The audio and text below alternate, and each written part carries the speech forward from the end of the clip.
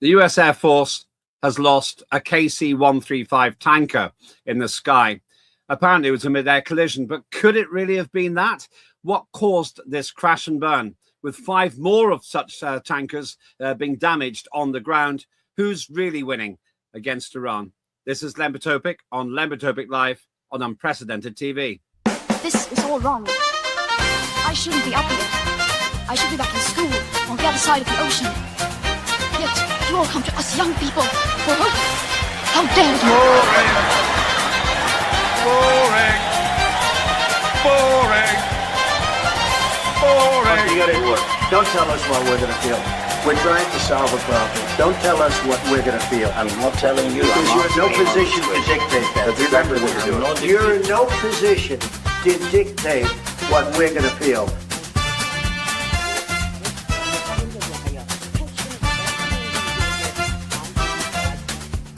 I call again for an immediate ceasefire in Gaza, the return of the sausages, the hostages. Welcome, Lembit Öpik here on Lembit Öpik Live on Unprecedented TV. Thanks very much for joining us, and please, before I say anything else, do take 30 seconds to like and subscribe to @Unprecedented TV on YouTube. It'll cost you nothing, takes 30 seconds, but it helps us a lot. Now, if you're following the war in Iran, why should you? If you're not interested in it, I get that. You should still be interested in what we're discussing today. The United States Air Force lost an aircraft called a KC-135. We'll have a look at a picture in a short while. That's an air tanker. It's a huge aeroplane, one of the first commercial aircraft of the jet age. Well, the official line is there was a mid-air collision. The other aircraft survived, but this one crashed and burned literally with a loss of all 6 members of the crew. But can we believe that this was a mid-air collision? Was it something else? Did the enemies of the United States actually shoot this down? Although we can't be sure, we can look at the evidence. And more than anything, who is winning the war in Iran? Is it the US-Israeli alliance with a little bit of help from their friends?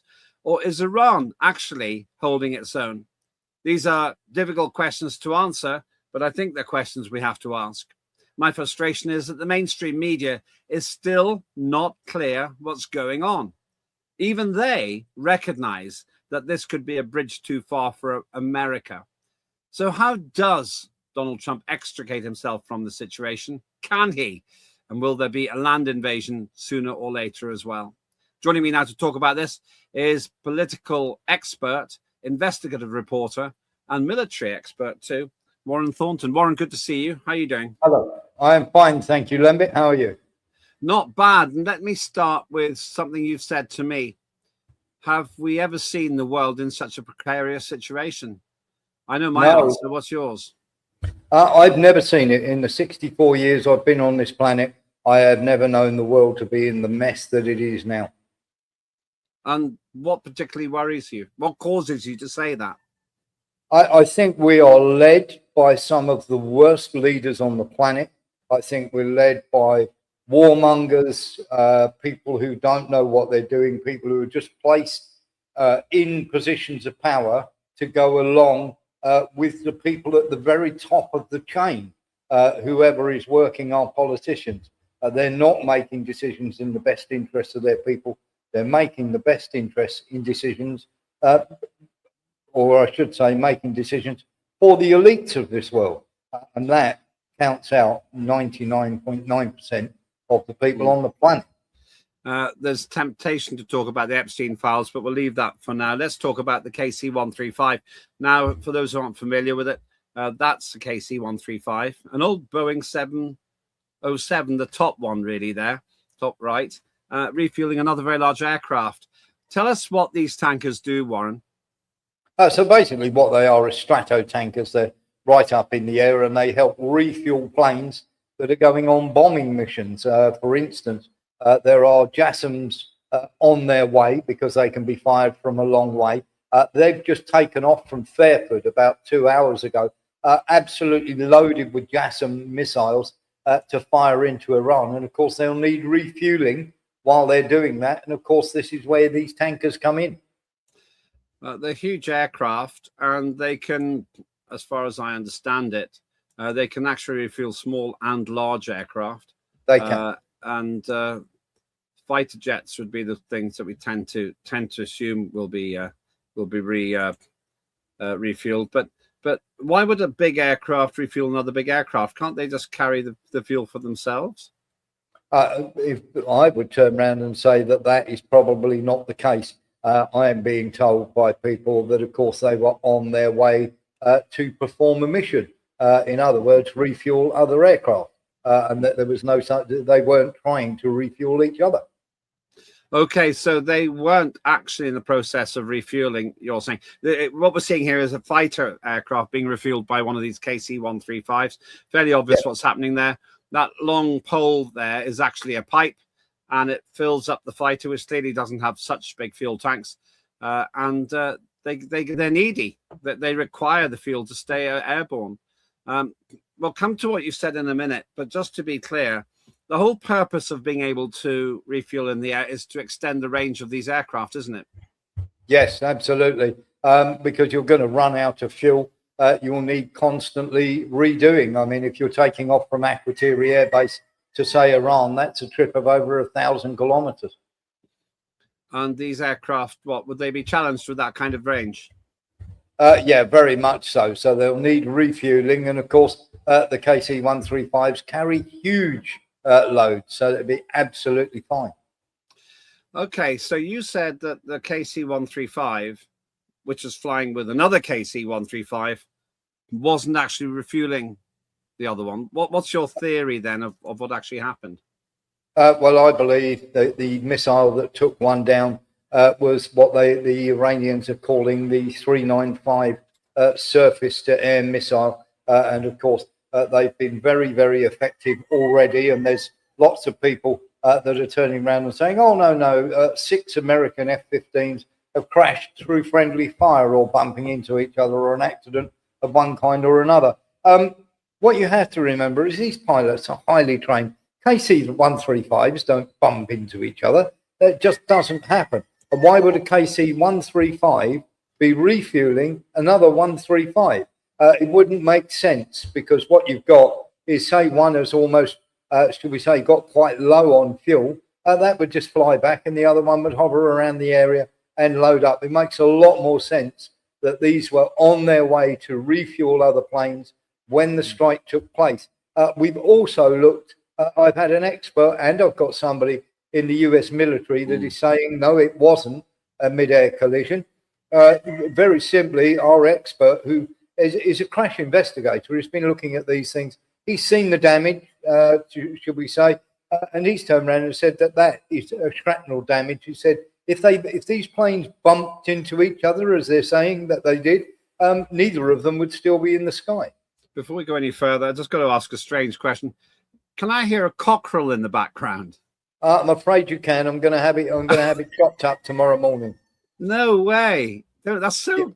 I didn't need to know that part. No wonder it's making noise. I'm going to start an appeal to save it. Yeah, absolutely. Well, it's the first time it's been placed anywhere near the house, and it will be the last. It's not mine. It's the next door neighbour's. Okay, well, there we go. It's obviously making an appeal for clemency. I'm on its side. Back to this other situation. There's a whole set of KC-135s. Those aircraft designed on the Boeing 707 fuselage, and they've got a massive range, obviously, because they got tons and tons of fuel. Yep. You're saying, therefore, that these two aircraft, can we just get the other picture up of the two refueling each other if we can? Here, the back one isn't a 707, but you get the picture. You're saying that this didn't happen, that they were flying near each other, then one of them was shot and damaged, and then the other one got a bit of shrapnel damage on the top of the fin. I can't point at it, but the top bit sticking out on the back aircraft. Is that what you're saying? Yeah, exactly that. We're being told by our source and also by the crash investigator that it's absolutely impossible. It's nigh on impossible for that to have happened. The chance that two KC-135s would bump into each other while on doing some refueling. Now, if there was another plane up there with an inexperienced pilot, but the people who fly these KC-135s are experts, and I mean really at the very, very top, and they have to be because you're talking about, you know, coupling in midair. Yeah, it does seem to me unlikely. I'm a pilot myself, and in order for their theory to be correct, that rear aircraft would have to have been 150 to 200 feet too close and right underneath the other one, Yeah. in the jet wash and everything that goes with it. I don't see how that can happen. It simply can't. And of course, we're getting a lot of this. You know, we're getting a lot. You have to remember that, of course, there was an incident in March, of course, where a KC-135 crashed while operating over friendly airspace in Western Iraq. And you know, this is the only, should we say, the March the 12th one, when this KC-135 has had a collision. I have been racking my brains. I've been asking our aircraft expert, can you tell me, please, how many of these KC-135s have been lost? And of course, over the last 69 years of service, 52 of these planes have fallen out of the sky. So this is not, and there is nothing whatsoever that many people are saying, oh, this is a collision and everything else. Of these accidents, this is the first one of its kind, I believe. So wait a minute. So what of these other 52? You're saying the 52 have fallen out of the sky? Yes, in 69 years. And what do you think caused those? Well, these are either being shot down or, you know, there's pilot error or whatever. But this is the first time we've ever had, you know, any of these people that this is happening. But this is only the third accident to involve a KC-135 to occur in since the year 2000.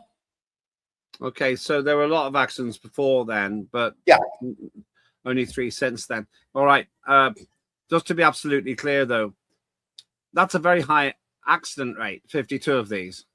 Yes, but you have to remember that's when they're obviously in testing, when they're new, when pilots aren't really used to them or anything else.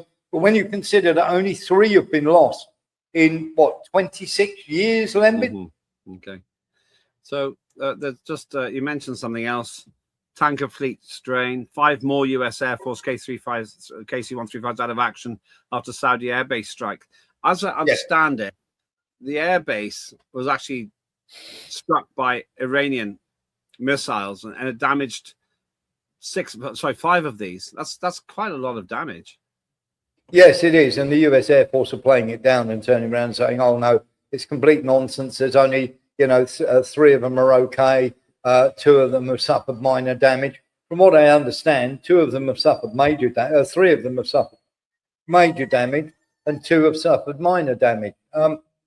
It is, once again, complete nonsense. They say it's complete control of the skies, Lembit. If so, why has the US Embassy, you know, lost its radar? And why, of course, has the US base right next to Baghdad Airport, why is that currently on fire? We came across another headline which took a more robust line. There it is. Iran destroys 5 more US KC-135s. That's from Squawk Box. I don't know how reliable it is, but they seem to be saying that it's much worse than that. Yeah, absolutely. They are saying that it's much worse. From what we're hearing from our sources on the ground, it isn't as bad as they're saying it is, but there are 3 that can't move and there are 2 that are badly damaged. So that's going to cause a problem. And in fact, so much so that they're taking off now from Fairford and refueling well out of the way. So this is causing a problem. And the other thing that you have to remember as well is that both the aircraft carriers are being moved to a further out of range. And of course, many people are saying there was a fire on the Gerald Ford. That has not been confirmed at all. And in fact, the Americans have denied it. But there's no doubt that the Gerald Ford and the Abraham Lincoln have moved further out of range away from Iran. They wouldn't be doing that if they were perfectly comfortable, Lembit. Stay with me. You're watching me, Lembit Öpik, here on Unprecedented TV with Warren Thornton as we try to figure out whether it's propaganda for the US Air Force to claim that pilot error brought down one of their massive aircraft tankers. The alternative theory is that it was shot down. Maybe the US Air Force don't want us to think that the enemy is that effective. After the break, we'll look into this a little bit more, including the curious decision to send HMS Dragon to the Persian Gulf. Should be there in about 9 days, or maybe a little bit sooner. But before I go further, please do enjoy the other shows, including Tim Scott Uncancelled, right here on Unprecedented TV.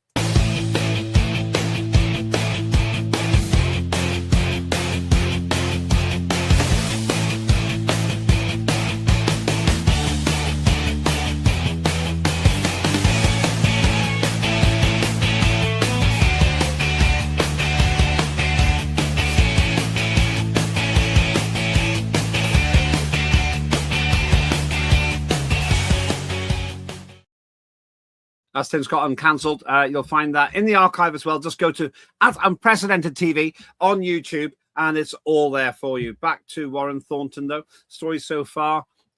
It's undeniable that 6 crewmen were lost, and the aircraft as well.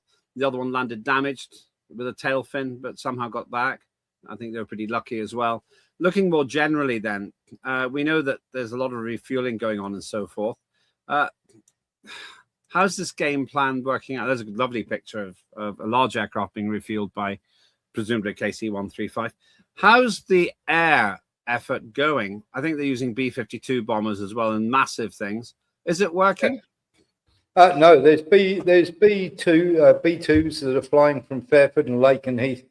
B-52 bombers, they're already on their way. So there is a much bigger strike package coming. Be aware of that.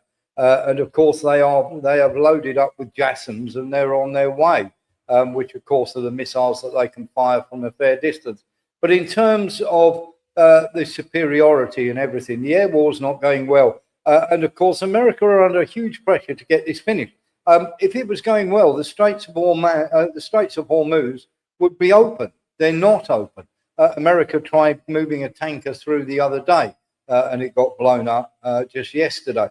And of course, various air bases are literally being wiped out. They're being pummeled all the time. And they've lost a lot of their radar, their eyes. That's why they're having to use AWACS and use Akrotiri Air Base as a launch pad as well. And of course, Greece is one of the main places that they're using to try and do whatever they're going to do. But they've got ground troops going across on a ship. There was one just outside Luzon. In the Philippines, HMS Tripoli, which is very close. Now, we don't know if that's going to set into port in the Philippines or it's going to sail on and try and take Karg Island or some other brainless idea. Yeah. Karg Island. Let's see. Can we get that? There we are. There's Karg Island. Tell us about this. And where is it? Karg Island is, you literally have to sail through the Straits of Hormuz to get to it, unless you're going to go overland. It's an oil refinery island off of Iran. Now, many people are saying, oh, it's 90% of Iran's oil. It's complete nonsense. Iran have got 4 others of these very, very big refineries. This is only one of 5 of these refineries. But of course, America would like it as a launch pad. They don't want to damage the oil on there because let's face it, it's not about regime change, Lembit. It never has been. And if it was about regime change, then it is a failure because people are coming out on the streets for Iran in huge numbers. Well, the argument for that is that the regime is organizing these demonstrations. I'm not sure. I often say, and I've said on your show as well, that we need to remember there was a big revolution about 7 years ago, I think it was, where the Shah of Iran, pro-Western Shah of Iran, was deposed by a popular uprising. And someone called the Ayatollah Khomeini took over precisely because millions of people respected the regime. They seem to have forgotten this. Yeah, exactly that. And they've got this prince in waiting, as it were, this palaver. I call him palaver because that's basically all he is. It's complete. He's the Arabian version of Vladimir Zelensky. Basically, he's a complete clown. But you have to remember that he's also been pictured literally laying his hand on the wall at Jerusalem with a skull cap on. I don't think the Iranian people are going to really be taking to him. The Iranian people do not want him. Let's be absolutely honest here. They don't. And in fact, the original protest was because American banks decided to short the currency of Iran. So people came out on the streets to protest. Then all the NGOs that were funded by America decided to come out and start the shooting and the violence, as they always do in other countries such as Georgia and elsewhere. And of course, this guy is not wanted. They've now quelled everybody inside, and without an inside uprising in Iran, this is doomed to fail. I want to talk about Karg Island, if we can get that up again. And that's just off, thank you. That's off the coast of Iran, and it's in the Straits of Hormuz. Here we are again, Straits of Hormuz. That's Karg Island, that bit there, just to the left of where it says Straits of Hormuz. If you go up to Iraq and you see that little the two white lines there, if you come across to the orange bit, that tiny little bit at the very top there, tiny little island there, that's Karg Island. How are they going to get there? They're going to sail through the Straits of Hormuz. What could possibly go wrong? What could possibly go wrong with that brilliant plan? Oh dear. I'm not convinced that's a smart idea. And we're going to talk about HMS Dragon in a bit as well. So Karg Island is just to the left of the word Iran. The little, if you drew a line between the word Iran, word Iraq, it's just beneath that line in the blue bit. It is, that's absolutely it. The nearest one to Iran, if you draw a straight line between Iran and Iraq, that's Karg Island. And they're going to get, I'm told that if you're watching this live, that America's sending 5,000 Marines. Yes. Is that to take Karg Island? I wouldn't have thought so. I think that's probably going to be to try and do something. Remember that they've got people in Turkmenistan. They've already tried to get the Iraqi Kurds to join in. They weren't having a bar of it. They tried to get the poorer communities down in the complete south of Iran to join in. They're not having a bar of it. So they've basically got no help whatsoever. And in fact, Iraqi resistance fighters are attacking Baghdad airport and the US embassy. So it's certainly not going the way that they thought it would. So Karg Island, I just have one more. Can we just put the map up again? Thank you. So they've got to go from the Arabian Sea up the Strait of Hormuz, then along the coast of Iran all the way to Karg Island if they're going to do something there. Yes, I think it'll be at the end of it where they turn around and go, "How did it go off? How did it go on the island?" And they just go, "God, it was terrible." I think in yes minister terms, the line would be, "That's a very courageous decision, sir." Yes, one of those. We'll know how it turns out in the fullness of time at the appropriate juncture. If they do go there. Having said that, they have done some pretty bold things already. Under Donald Trump's instruction, maybe not, and maybe it's under Benjamin Netanyahu, the Israeli leader's instruction. The Ayatollah Khamenei's been killed near the start of the entire operation, setting quite a dangerous precedent, I think. But where does that leave us? I mean, and who was it? Was it Donald Trump there on the left, or Benjamin Netanyahu who actually did the deed? So when it was done with the Ayatollah Khomeini, he didn't go anywhere. He knew he was going to be hit. The Israelis said, "We're going with or without you." So Trump decided to go in. They knew he was going to be there. They hit him. Of course, they did absolutely brilliantly because in all the wars they've had with Iran, it's absolutely brilliant. They've managed to replace one Ayatollah with another. Well done. It's cost billions of dollars. So it's not, it's not clear really. We'll talk about regime change at the end. It's not really clear exactly what his strategy is there. I've been a bit euphemistic. Okay, so Iran itself, how weakened has it been? It has been weakened. Don't get me wrong. There's no question that they're turning Tehran into a car park. I mean, they're hitting it incredibly hard. But what they don't realise, they did the same with many other places: Korea, Vietnam, Afghanistan, Iraq, and eventually, as with all of these places, America will sail away, whether that be in 1 year, in 5 years, in 20 years. And in every single one of these, very, very quickly, the country has reverted back to what it was before. Afghanistan is now in the hands of overlords. It doesn't have any puppets in there that are of any use. Iraq, of course, you can see by the amount of bombing that's going on. It may have a puppet government in there at the moment, but the people don't want them there. They've been cheering left, right, and centre when, of course, these missiles have been hitting. And the other thing that you have to remember is Korea was a losing draw. They didn't get rid of communism there, and they had to sail home. And Vietnam was a total loss. And eventually, as always, Lembit, America has to sail home. And then what chance for Israel after that? The Iranian military displays look quite formidable. I'm sure they're supposed to be. Does Iran have the military resources to continue the fight? Yes, they do. There are many, many underground bases. Of course, they've been doing 3D mapping. They've now got Chinese satellites that can, basically say where anything from the Americans is. Of course, they've got Russian help as well. They've got technical help, medical help, everything that they need. And of course, they've got many of these fast boats, which are speed boats that are literally designed to be able to launch torpedoes. Now, they've got thousands of these. Well, I wouldn't say thousands, but about 2,000 of these underground. If they start launching them in the Straits of Hormuz and they send a ship in there with 5,000 sailors on, it could get very ugly indeed. We're seeing a freeze frame of one of the drones. Looks suspiciously similar to the ones the Russians are using. Yes. Don't know if that's a coincidence or not. Yeah, well, you've got a good set of drones. You've got the Shahed 136, which is causing all the problems because it is a very low maintenance drone. And of course, the US have turned around and said, no, they're completely useless and this, that, and the other. But they're the ones doing all the damage. They're soaking up all the air defense fire. And that is a major issue that is coming up. And simply because they're running out of missiles. Can't they make more?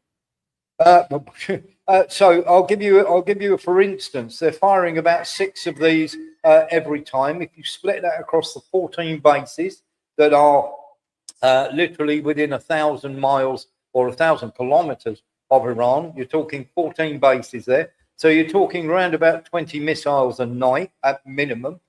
So 20 missiles a night over 14 bases. Then times that by 365 days a year, and they only make the PAC-3 and the PAC-2, which are the missiles that they use, obviously, for the Patriot air defense system. They only make 850 of those a year. Oh, right. Okay. Bad balance. How many spares do they have? Or are they all in Iraq, in Ukraine? That's the problem, is they have given them to many, many other countries, including Ukraine, and they've actually been begged, borrowing and stealing to feed Ukraine, including getting them from the Germans. They have gone and got all their THAAD missile systems, which are only 6, which are air defense, and of course their Patriot missile systems, which are only 2 from South Korea. So they're getting them from everywhere that they can. They're robbing from Peter to pay Paul. And they can't get it done. They can't get it. There is no way that they can do this. They only had, remember that only 1,100 Patriot missiles have ever been made. 1,000 THAAD missiles have ever been made. Now, if you times 6 by 14, and then you do that over so many days, you'll very quickly run out of missiles. 84 a day, according to those figures. I'm going to finish with Trump. Before that, Keir Starmer, with his usual indecision, said we weren't going to be involved, and then sent this, it might be very ugly ship, but presumably reasonably effective ship, HMS Dragon, to the Gulf. I did this calculation that the HMS Dragon is pretty fuel hungry, actually, and the trip just from from Portsmouth to there it's leaving Portsmouth. From Portsmouth to the Gulf is 6,500 nautical miles, apparently. And to cut long story short, that will take 530,000 gallons of fuel oil, like over half gallons, enough to power one family car for 3,700 years, something like that. So Starmer's sending this ship. What's it going to do there? Very little. Apparently, it's meant to be helping in some sort of defensive manner. But you have to remember, this is all a byplay. We've been in this war. We just don't want to commit troops, the same as we don't want to commit troops into Ukraine because they know it's a boat loser. They know that they'll be out of office in no time at all. We've been using Akrotiri Air Base to target Yemeni people since 2024. So this is, the nonsense that you're seeing play out between Kemi Badenoch and Keir Starmer, where one's accusing the other of not helping and not doing this. They made a decision with Donald Trump that they wouldn't use Diego Garcia Air Base. And of course, they were able to have a pretend argument over that because Diego Garcia Air Base is 3 times the distance to Iran that Akrotiri Air Base is. And of course, they're going to send these ships out there, but they're not going to get involved in anything. If the US are not going to put their aircraft carriers in harm's way, we're certainly not going to do that, even though Trump is pleading for these ships to go into and sail through the Persian Gulf. Do remember that Chris Wright, the US Energy Secretary, is the guy who had to be told off for literally saying that the Americans were already escorting tankers through the Straits of Hormuz. All this, and we had Pete Hexes come on the other day, Lembit, and said the Straits of Hormuz is open, but just nobody's going through it. Why is that? Well, because Iran are bombing anything that moves. The moment they've got lots of these dinghy boats, these sort of speedboat dinghies, that they're zipping around the Gulf in. And very simply, all they need to do is literally turn around and literally just launch one of these rockets the moment they start up the engine. Yeah, it does seem, you can see what a small 12-mile gap, I think it is there, and a 20-kilometer wide gap. That's narrower than the English Channel, and it's sitting duck territory, I suppose. It sounded to me that what Donald Trump was hoping the Brits would do is go there and take the risk and muck about in the Strait of Hormuz. And maybe I misunderstood it, but that's what it felt like he was asking. Doesn't make much sense to me. Okay, let's finish with the other question then. Donald Trump, he's heavily committed here. Interestingly enough, made a commitment not to go to war, no foreign wars, and he's in one of the biggest ones in recent history, which he started, incidentally, when they were actually negotiating with Iran. That's one of the points from what you've just said. Iran is now saying, if you're watching this live, we're not going to negotiate a peace. Why would we? Because while we were negotiating terms for coexistence, Israel and the US attacked. I still have a suspicion that the US was dragged into this because of that, but that's another story. So Iran is just sitting pretty. It's a big mess. People are dying. As you said, they're smashing the place up good and proper. But all Iran has to do is survive. Yes. And it kind of wins, doesn't it? Yeah, absolutely. All it needs to do is for the sitting government to survive, and eventually America sail away like they always do and claim victory, which of course is nothing of the sort. But here's where we have a major problem here, Lembit, and it is a major issue that we had. And of course, we've got lots there. 2 seconds, sorry about that. Is that your dog? Yes, it was. Yeah, which I will also kill along with the cockerel as soon as I finish this program. I really hope you don't mean it. Unbelievable. Yeah. So basically, what's going to happen here is the Iranians just have to hold on, and if they hold on, they win. And if they don't get, let's face it, it changes every 2 seconds, Lembit. One, it's regime change, then it's about nuclear, then it's, of course, about eroding their chances of ever doing anything ever to anybody again. Then it's about getting rid of their proxies. And then, of course, they're saying that Iran have called them up. They've claimed victory 9 times, and the Iranians are still throwing things at them. And, of course, they're turning around and saying for the 3rd time that Iran wants to talk peace. It's complete nonsense. Iran haven't said anything whatsoever. The whole American plan, if ever there was one, and I don't think there was one, they thought they were going to go in, they were going to smash the place up. And what's coming now is going to be almost like the last roll of the dice, if you like. They've got a couple of weeks to get this done. Dubai are almost completely out of air defense missiles. and many other areas are also really, really struggling. They have enough Patriots for about another 2 weeks. They've got enough THAAD missiles for about another 8 weeks. And then after that, it's go home or watch the place get absolutely obliterated. Are the Iranians holding back? Are they waiting? Because Yes. if you watch the Western mainstream media, the inference is that it's all being smashed. That the Minister for War in America, Secretary for War, whatever he calls himself, Hesketh, is saying that there's not much left for the Iranians to use. This is why I very much despair for the world the way it is, Lembit, because the people that we've got, Americans have never, ever, ever understood what's going on, of course, with all the nonsense that's going on. And that's the Americans have never understood Iran. They've never understood the Middle East. All they've ever done is batter it.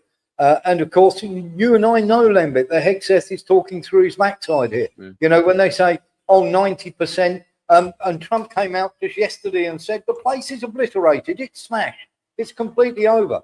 Well, it isn't, is it? Because they're still able to hit every single Air Force base within 1,000 miles. So how have you obliterated their Navy and their capacity to fight back? So, okay, how does Trump get out of this? Can he?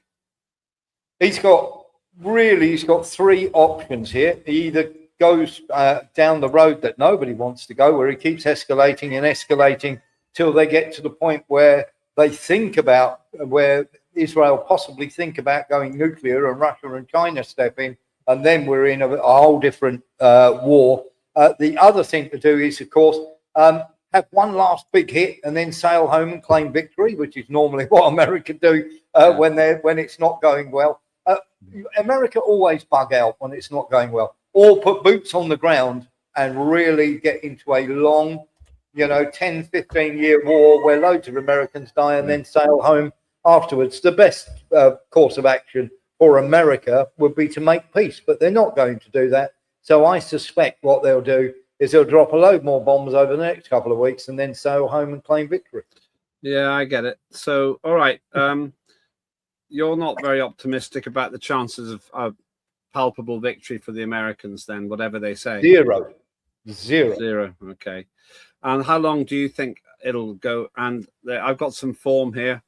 It sounds ridiculous to me now, but I really believe that Trump would phone up Putin and stop the war in Ukraine. It's so ridiculous now that I say it, in 24 hours.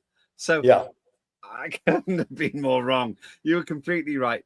What do you think is the reality then for 8 weeks? 8 more weeks. Yeah, if they haven't done it in 8 weeks, they'll go home. They've got to remember. They've got to prepare for China in late 2027. Yeah. Yeah. China. Oh yeah, you still think that? Yeah. Okay. Yeah. I do. I'm sorry, but yeah, they when Taiwan have their elections in late 2027, early 2028, they need to have that ring the Philippines and all around that area and Japan all laid off so they can corral the Chinese. Well, on that cheery note, thanks very much. Where can people get more of you, Warren Thornton?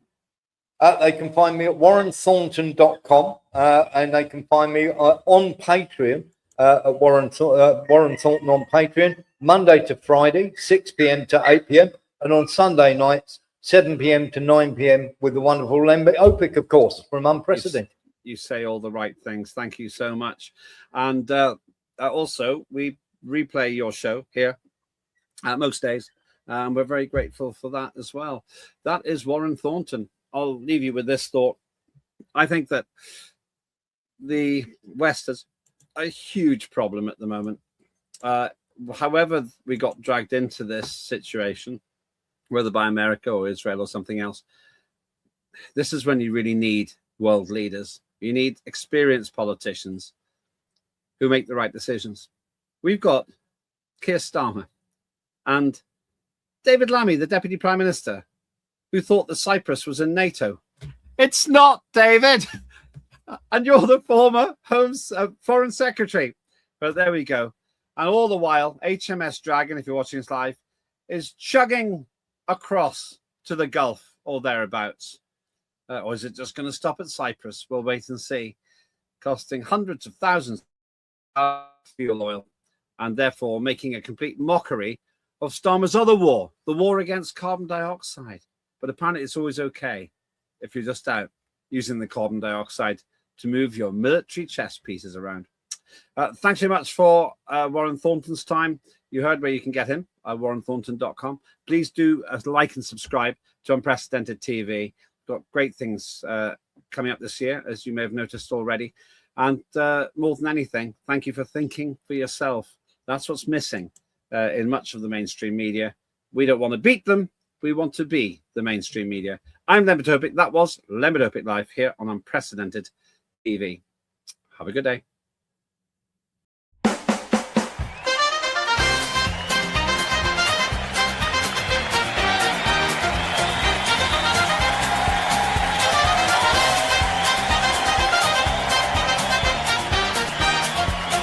Immediate ceasefire in Gaza, the return of the sausages.